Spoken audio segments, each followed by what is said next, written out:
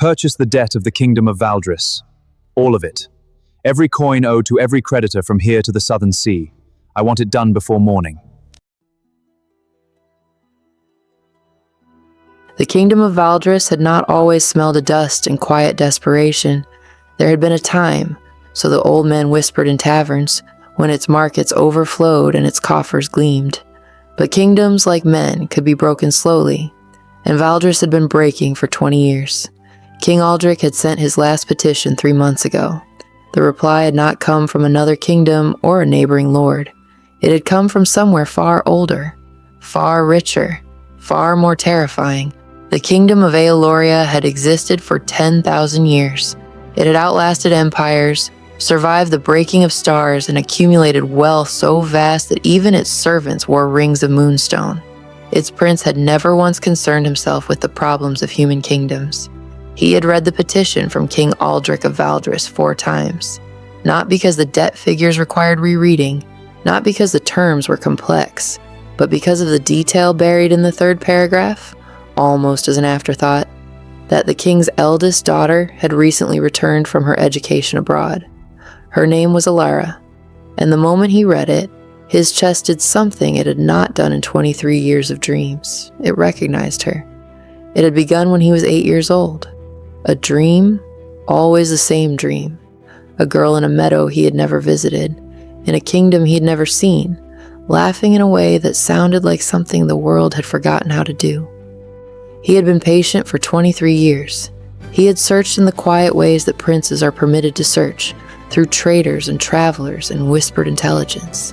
And then the petition had arrived and her name had been written in ink, and patience had become something else entirely. Purchase the debt of the Kingdom of Valdris. All of it. Every coin owed to every creditor from here to the southern sea. I want it done before morning. His senior advisor said to him, "Your Highness, buying an entire kingdom's debt overnight suggests an urgency the council may wish to understand." And he said, "I am not asking the council to understand. I am instructing it to act." They left without another word. They had learned in the centuries of serving him that when Prince Aerion's voice dropped to its quietest register, he was the furthest from negotiation. In the castle of Valdris, 30 leagues and an entire world away, Princess Elara was also awake at midnight. For 3 months she had written to creditors, careful letters filled with numbers, proposals, and patience. None of it mattered. The debt was too large, the kingdom too weak, and time had run out. She loved her kingdom, every worn street, every struggling merchant, every hungry child. She carried them all in her heart. That was why her father's news felt less like a crisis and more like a sentence. The Fey Prince, he has purchased all our debts. Every one. From every creditor, he holds this kingdom in the palm of his hand. What does he want? You. She asked, not as a bride. He said he was specific. He called it an advisorship. Elara replied, "No king purchases a kingdom for an advisor." King Aldric, broken, quietly said, "I am sorry, Elara. I tried every other way." Elara, after a long pause, said, "I know, Father. I know you did." She stood at the window until the city fell silent. Then she made the choice she had known all along she would make, because it was who she was. 3 days later, the golden carriage of the Fey Prince arrived at the gates of Valdris at precisely the hour he had stated in his single, brief, devastating letter. The citizens of Valdris had turned out in numbers that surprised everyone, including themselves. Word traveled fast in a city with nothing to do but wait. Nothing in Valdris had ever looked like this. Nothing ever would again.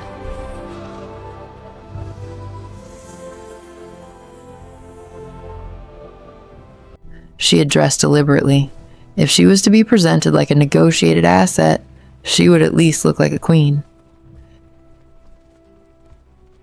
The entire courtyard went silent. Even the wind, it seemed, stopped to look. He was, as the old text described all Fey royalty, simply too much. Too tall, too beautiful, too present, as though he occupied slightly more of the world than a person was technically meant to. And then he saw her.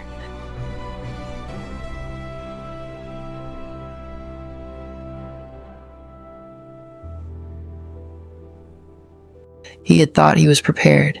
He had spent 23 years dreaming of her face. He was wrong. Nothing prepares you for a dream standing in morning light, real and unimpressed. Prince Aerion of Aeloria, Valdris receives you. King Aldric, Valdris is more beautiful than I had understood. I look forward to knowing it better. Princess Elara, Your Highness, the light favors your beauty this morning. and your presence honors the day, my prince. She had expected cruelty, or at least condescension. What she hadn't prepared for was the way he looked at her, as though she wasn't a transaction, but something impossible he had finally found. The formal terms meeting lasted 2 hours. What no one in the room had anticipated was that Princess Elara would take over from her father within the first 20 minutes. She had studied every line of his offer. She had found 3 clauses that were intentionally favorable to Valdris, so favorable they could only have been deliberate, and she wanted to understand why. It was not the answer she had expected. She had expected deflection. She filed his response carefully in the part of her mind where she kept things she needed to return to. She had made him almost smile. He had not almost smiled in 17 years. You don't have to be clever with him, Elara. Just be careful. I am being both. The terms were signed an hour later. The Kingdom of Valdris' debt passed entirely into Fey hands, and the eldest princess of Valdris was to depart for the Crystal Palace of Aeloria within 3 days. She had 3 days.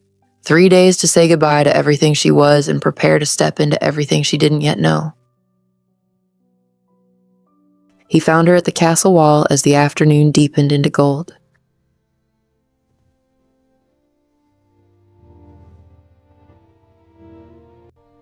You are afraid. I am cautious. There is a difference. What would make you less cautious? The truth, usually, though it's rarer than people claim. He said, I don't intend to harm you. You'll have more freedom here than anywhere you've been, and I had reasons for choosing you that I can't yet explain. She said, then I suppose we understand each other. They stood like that for a moment, not quite together, not quite apart, looking at the city she was leaving. And she found, to her own surprise, that his presence beside her was not what she had feared it would be. She noticed his hand first.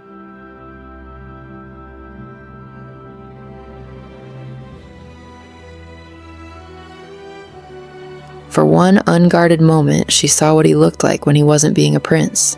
He looked, she thought, like someone who had been carrying something heavy for a very long time and was trying not to let it show. He said, I will see you in 3 days, Princess Elara. I hope the journey does not tire you. She replied, I imagine the journey will be the least challenging part of this arrangement, Your Highness. That night back in his palace, Aerion did something he had not permitted himself to do in many years. He allowed himself to feel it, just for the length of a single breath, the terrifying, consuming, impossible relief of it. She was real. She was exactly as the dream had always shown him.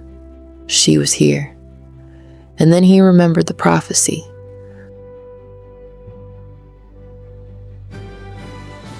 The prophecy, written 900 years ago by the seer Morvael, had been sealed in silver and given to him at his coronation with 3 words.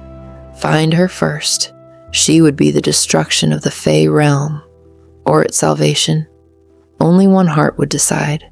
The prophecy had haunted his father's reign and shaped his own. For 23 years he had believed that finding her first meant securing the realm's salvation.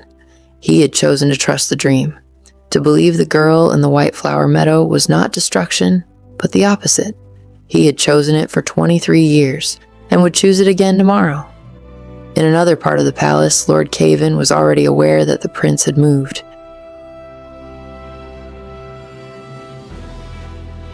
He had known the prophecy for 40 years, and spent them ensuring the girl would never reach Aeloria, the prince, or the fate that threatened his ambitions.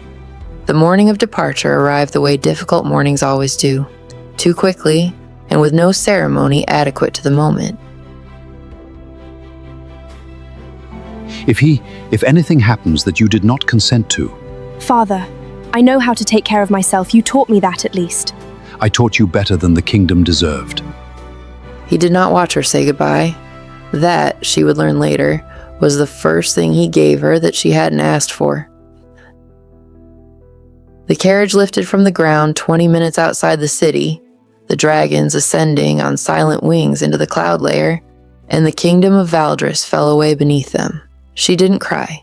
She had promised herself she wouldn't, but she let her eyes stay on the receding patchwork of Valdris's fields for longer than was probably dignified. You can say something if you want. I was thinking that you are braver than any person in that courtyard was giving you credit for. That is a kind thing to say. It was an observation, not a kindness. Our fates are entwined, Elara. Trust me. We will face this together. They flew for 4 hours.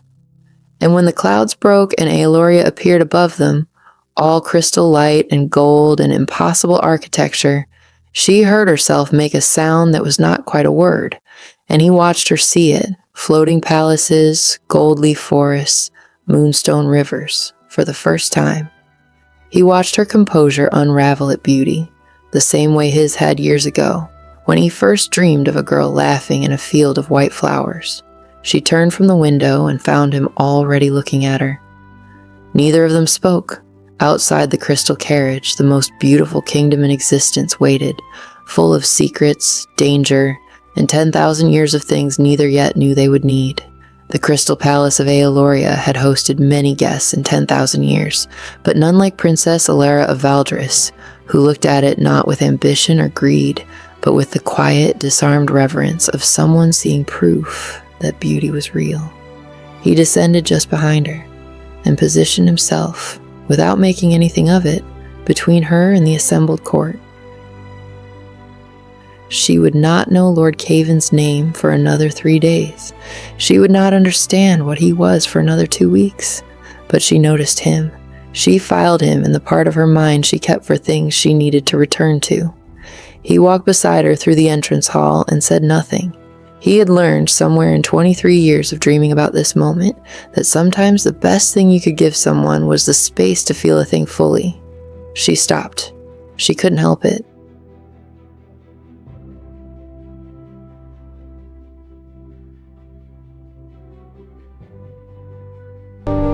It's real. I thought perhaps it had been exaggerated. It is not, I have checked. Have you? Several times, it remains this impossible. He walked her to her chambers himself.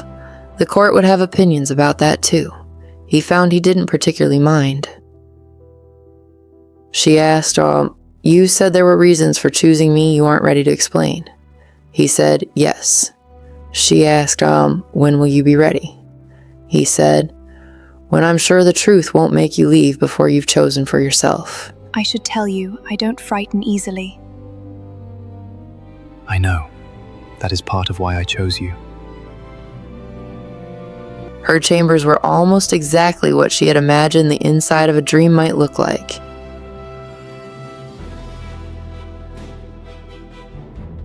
She stood at the window for a long time. The kingdom below her was unlike the one she had left. Older, richer, more alive.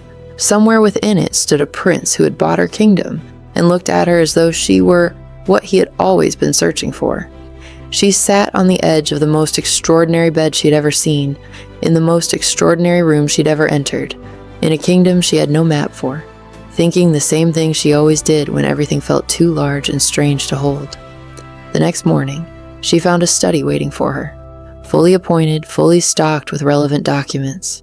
Someone had anticipated what she would need. She had a feeling she knew who. I thought we'd start with the trade agreements. Your kingdom has been losing revenue there for years. You noticed that? I studied Valdris before I bought its debt. Most people would study it for leverage. I am not most people. They worked for 3 hours. It was, by a significant margin, the strangest 3 hours of her life. And also, she thought guiltily, among the most interesting. Elara Said, the problem isn't the tariff rate, it's the category. These aren't luxury goods. Tax in them as such has depressed the northern market for a decade. Lower the tier and you gain revenue through volume. He said, no one on my council saw that. She said, Perhaps they've been looking at the same page too long. I'll have it reviewed. Just like that. You were right. The appropriate response is to admit it. You're the first person in power to tell me that in 3 years. The morning ended without either of them noticing. They spoke of tariffs, trade agreements, and border economies, and then suddenly it was midday light through the crystal windows, and 3 hours were gone. Tomorrow, if you're willing, I'd like to show you the observatory. Why? It's something I've wanted to show you for a very long time. You speak as though you know me. It feels that way to me. She stood in the doorway long after he had gone, thinking of a man who said he was patient as though patience were a choice, not a burden. And she wondered what he knew about her that she did not yet know he knew. In a private meeting room that did not appear on any official map of the palace, Lord Caven was also considering the morning's developments. He found her. She's already at his side. Faster than expected. He spent 20 years searching. Once he found her, he was never going to wait. Then neither can we. They agreed not to move against the prince, as the court would never follow that, but rather the girl, to make the court afraid of her and remind them of the prophecy. Let the fear do the work, and ensure that protecting her costs Aerion something he cannot afford to lose. The report reached him at the 4th hour. Someone had been asking questions in the lower palace. Questions about the prophecy. Questions about the human girl. Questions careful enough to have no author. He asked, who else knows she is here besides the court that received her yesterday? The official said, the full palace staff, Your Highness. Aerion said, find out who is asking about the prophecy. Ensure that Princess Elara's chambers are assigned the best available guard without alarming her. He had known this would happen. He had known it the moment he purchased the debt, the moment he sent the letter, the moment the carriage descended toward Valdris. He had brought her here anyway. He stood outside her door for the length of one breath. Then he turned and walked away, because there were things that needed to be done before he could afford to simply be a man standing outside the door of the person he had been searching for all his life. She wrote in her journal that night. She wrote about the palace. She wrote about the impossible living crystal light and the gold leaf forests and the sensation of walking through a place that was more alive than any building had a right to be. Somewhere in the crystal corridors of the most beautiful and dangerous kingdom in the world, a prince was reading names. Somewhere below the palace, 2 men with cold intentions were moving their pieces forward. She had written it. She could not unwrite it. And in the cold honesty of a new morning, she found she didn't want to. Lord Caven had learned long ago that the most effective fear was not the kind you manufactured. It was the kind that was already there waiting to be found. She had been in the palace for 1 day. She had already learned that starlight servants, despite having no faces she could read, had a very specific way of watching her. By the 2nd morning, they had settled into a rhythm neither of them had planned for.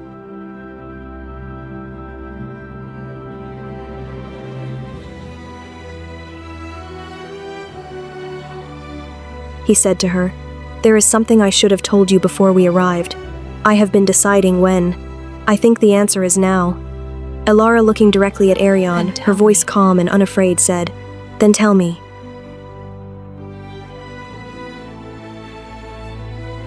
There is a prophecy 900 years old. It speaks of a human woman who will decide the fate of the Fey realm, its destruction or its salvation. It describes you, Elara, your face, your bloodline, your kingdom.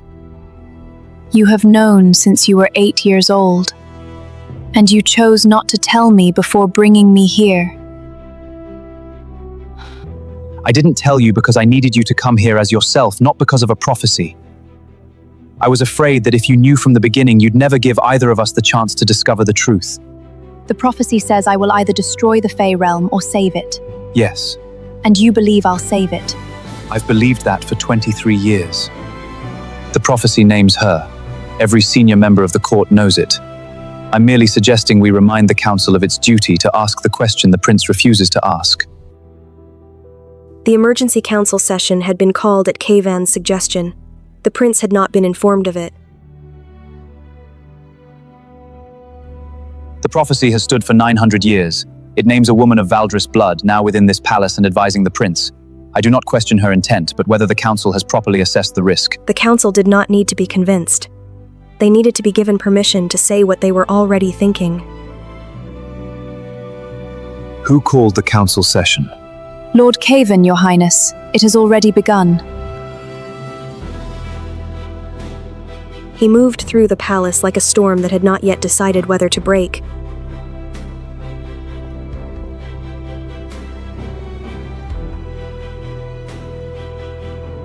He did not sit. Sitting would have made it a conversation. I was not informed of this session. The council has the right to convene on matters of realm security. The charter permits. I know what the charter permits, Lord Caven. No one here seeks action against the princess, Your Highness. We ask only that the question be entered into the record. Has the risk described in the Morvale prophecy been assessed, and by whom? The question is entered. My answer is this: I have assessed the prophecy for 23 years. It does not name her as a threat, it names her as a variable. Elara is under my protection, and that protection is not subject to council review. While Aerion was in the council chamber, Elara was finding things of her own.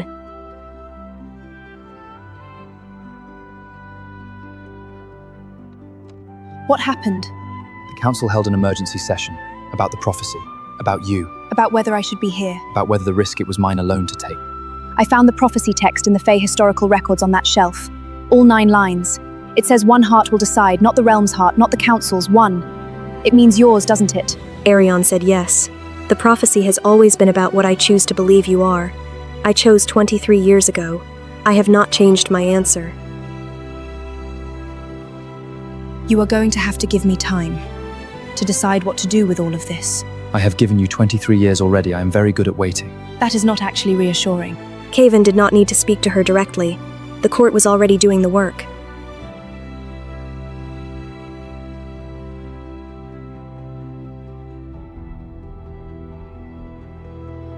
She counted the empty chairs.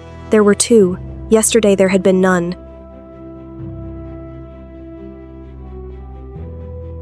He crossed the dining hall and sat beside her. He did not comment on the empty chairs. He simply occupied one. You didn't have to sit here. I wanted to sit here. It will cost you with the court. Then it costs me. That is my choice to make. She found the terrace by accident. She stayed because the moon was exactly the same as it was over Valdris.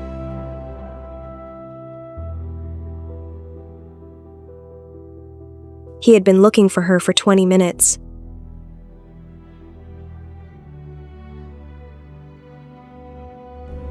The court will settle. Fear fades when it has nothing to feed on. I won't let it be fed. You can't stand beside me in every room forever. No, but I can make the cost of continuing clear enough that they stop. Why does it matter so much? That I'm safe here? That the court accepts me? You could have kept me comfortable and distant. It would have been simpler. Yes, much simpler. Then why didn't you? I've dreamed of you since I was 8. The same dream for 23 years. I didn't buy your kingdom's debt for an advisor. I did it to find you. You were never a transaction to me, Elara. What does she do in the dream? She laughs, as though everything is exactly as it should be. That's a long thing to carry. It was. I wrote something in my journal last night. You don't have to tell me. I know, I wrote that you look at me like you already know how this ends, but I think I should tell you anyway. I already know how it ends, Elara. It ends well. I have believed this for 23 years, and I have not once found reason to stop.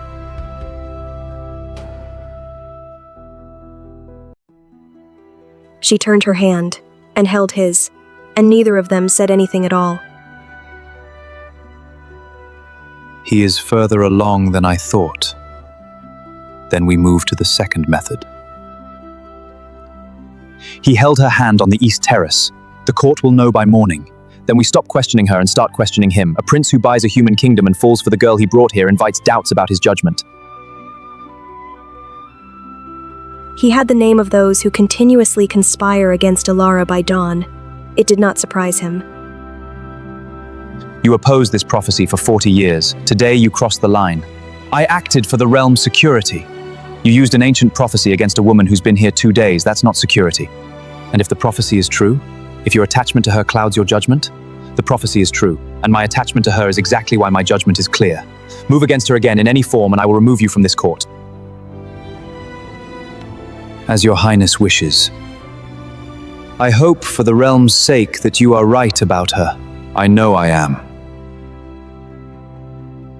He had told her about the observatory on the second morning. He brought her there on the third day.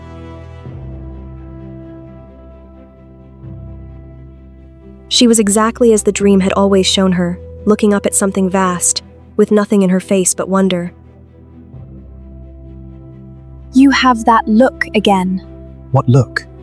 The one that makes me think you're not entirely sure I'm real. He said, after 23 years of dreaming about someone, there are moments where the doubt persists regardless of evidence. The prophecy is tied to that constellation. It returns to the same alignment in 4 months. What happens then? According to the prophecy, the moment of choice arrives. 4 months. At least we know when. What do you think the choice is? I don't know. You've had 23 years to think about it. He said, I have tried for 23 years to be worthy of that answer being yes. She looked at the star chart for a long time. Then she looked at him. And she understood, finally, fully, that he had not brought her here to fulfill a prophecy. He had brought her here to choose, freely, whether she wanted to. He warned you directly. He never does that. No, he doesn't. Then he thinks this is finished. He thinks I've been warned. That's different. Caven, he'll destroy you if you keep going. Caven decided to send a letter to Elara's father to bring him to Aeloria to take her daughter. The letter to King Aldrich left the palace before dawn. Prepare my carriage. I am traveling to Aeloria. Tonight.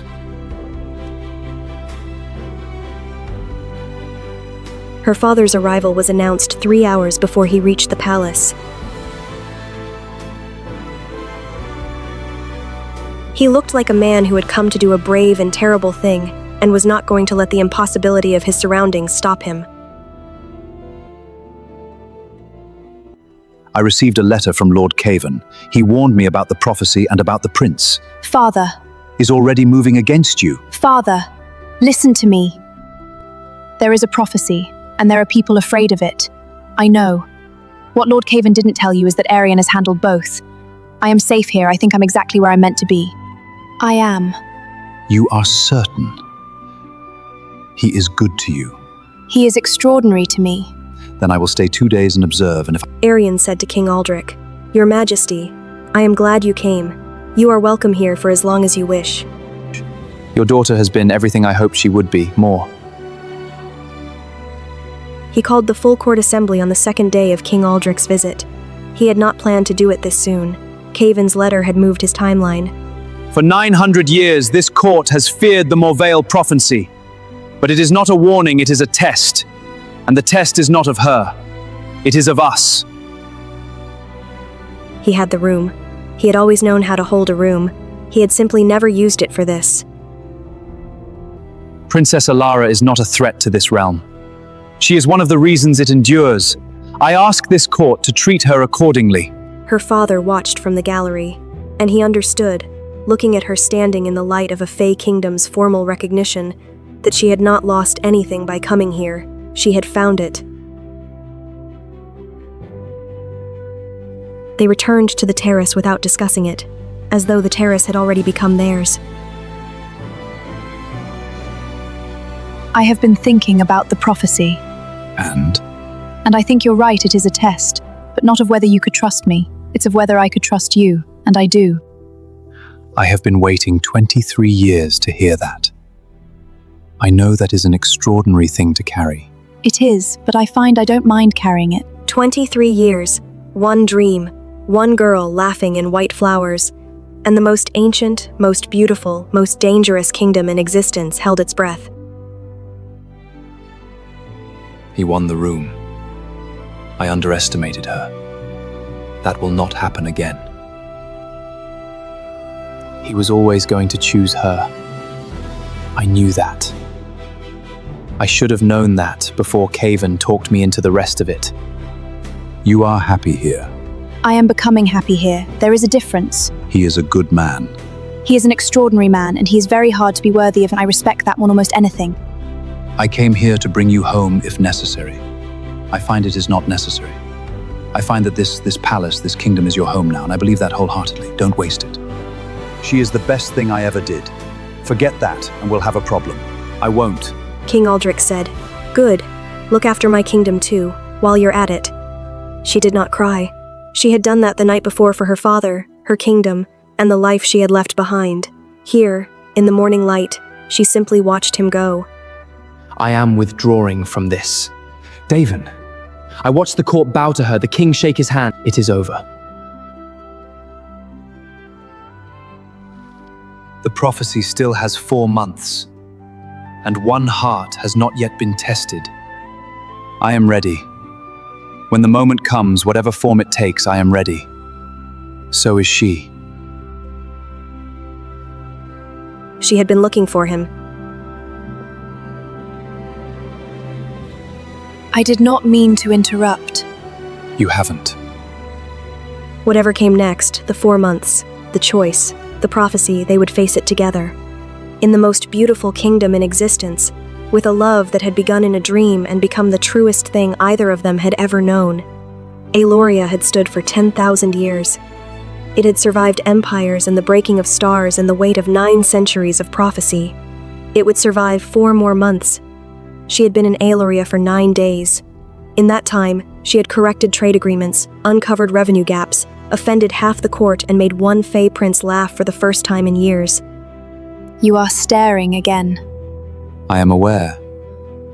I don't mind it anymore. I know. That is why I stopped trying to hide it. He had not known it was there. He had never been to this island before. And yet, That is the dream. Then come into it.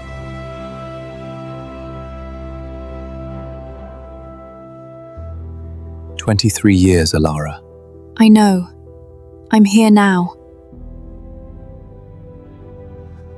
the dream had always ended here, in a meadow of white flowers, with a girl laughing in golden light. He had never known what came after the dream, because he always woke up before the end. Now, at last, he knew. Aeloria had endured 10,000 years of empires and prophecies. What it held now was something those 9 lines had never named. The prophecy had one question left. They had 4 months. But the answer was no longer in the stars. It had already been written in 23 years of faith, trust, and love. And when the moment came, choosing would be the easiest thing either of them had ever done.